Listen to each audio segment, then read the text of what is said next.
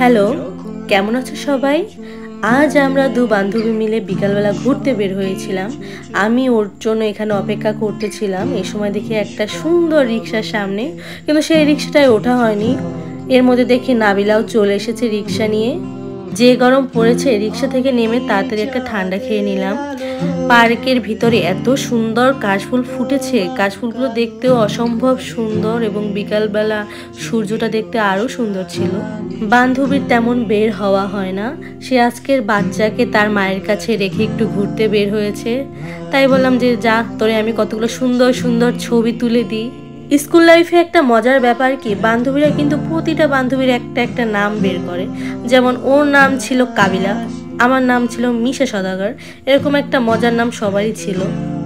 ভাইয়া বাচ্চার মা যখন উইদাউট বাচ্চা বান্ধবীর সাথে ঘুরিং ফিরিং করতে বের হয়, স্কুল লেভেলের ফিল। অবশ্যই আজকে স্কুল লেভেলের ফিলই লাগবে। তোর বাচ্চা বড় হলে বাচ্চা নিয়ে আসলে তাইলে ভাই এই নৌকার ফিল পাইতাম না। কাউরের মলম এই বড়ই শুনলে তোরে মার্ডার করবে। আস্তে ভাইয়া, ভয় লাগতেছে।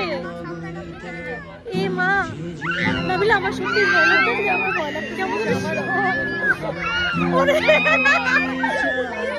নৌকায় আমি অনেক উঠেছি, কিন্তু এবারের মতো ভয় আমি আর কখনো পাইনি। কান ধরলাম, আর উঠবো না। দরকার না ভাই, ওই মেয়েগুলো কি সাহস।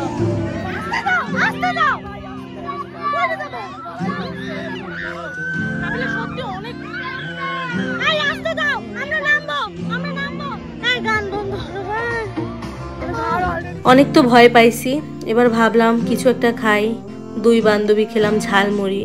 ঝালমুড়িটা মজার ছিল। ঝালমুড়ি খাওয়ার পর আমরা ভাবলাম যেহেতু সন্ধ্যা হয়ে গেছে, এখন দুই বান্ধবী কোথায় যাওয়া যায়। তারপর আমরা চলে গেলাম রিজার্ভ পুকুর পুল ভিউ ক্যাফে অ্যান্ড রেস্টুরেন্টে।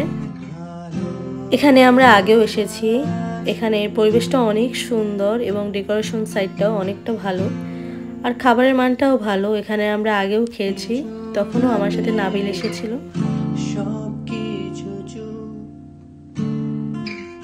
আমরা এখানে খাবার অর্ডার করেছিলাম, নান এবং গ্রিল।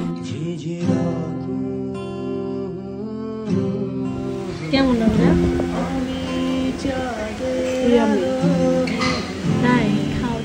এখানে গ্রিলটা আগে আমার খাওয়া হয়নি, হাড়ির বিরিয়ানি খাওয়া হয়েছিল।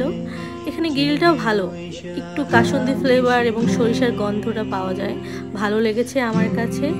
আমি কিন্তু নিজের মতোই খাওয়া শুরু করেছি। ক্যামেরা অন বলে যে একটু ঢং করে খাবো সেরকম আমি পারি না। বাসায় যেভাবে খাই সেভাবেই খাওয়া দাওয়া করি। আজকের দিনটা এ পর্যন্ত। সবাই ভালো থাকবেন, টাটা।